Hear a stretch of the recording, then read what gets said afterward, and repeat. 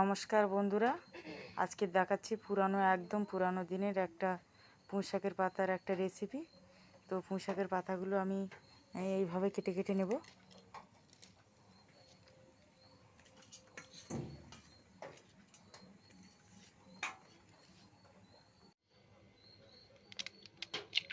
দেব ডিম,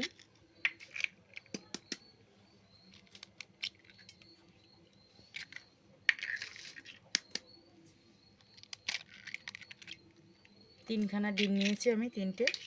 এবার এর মধ্যে নিয়ে নেব, এখানে আদা বাটা আছে, আর লঙ্কা কুচানো আছে, চারটে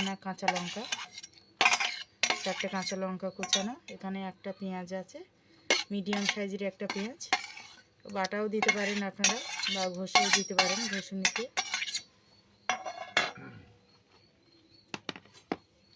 এবার আমি একটু ভালো করে ফেটিয়ে নেব। এখানে দিয়ে দেব লবণ, পরিমাণ মতো লবণ,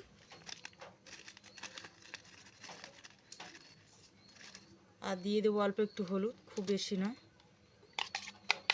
এবার আমার এখানে আছে 100 গ্রাম বেসন, বেসনটা পুরোটা দিয়ে দেব, ভালো করে মিশিয়ে নেব। বেসনটা ভালো করে ফেটিয়ে নিয়েছি, ডিম আর বেসনটা। এবার আমি কড়াইটা এদিকে বসিয়েছি, কড়াইটা গরম হয়ে গেছে। এবার দিয়ে দেবো সর্ষের তেল। তো আমি সর্ষের তেলে বানাচ্ছি চপগুলো, তো আপনারা চাইলে সাদা তেলেও বানাতে পারেন। আমি পুঁই শাকের পাতার এই ডাঁটাগুলো একদম পুরো বাদ দিয়ে দিয়েছি,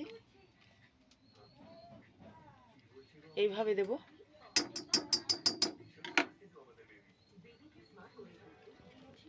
বেসনের মধ্যে পুঁই শাকের পাতাগুলো আমি এইভাবে নিয়ে নেব,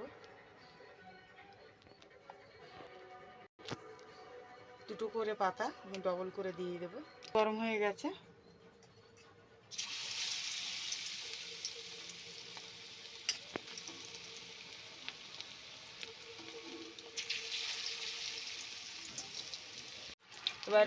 এবার ওই পিঠটাও ভাজা ভাজা হয়ে গেছে, এবার উল্টে দেব।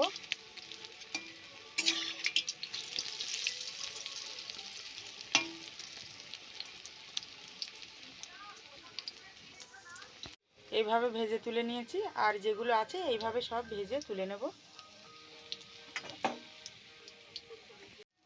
বাড়ির পুঁই শাকের পাতার চপ বানিয়েছি, তো গরম ভাতের সঙ্গে ডাল দিয়ে খুবই ভালো একটা রান্না।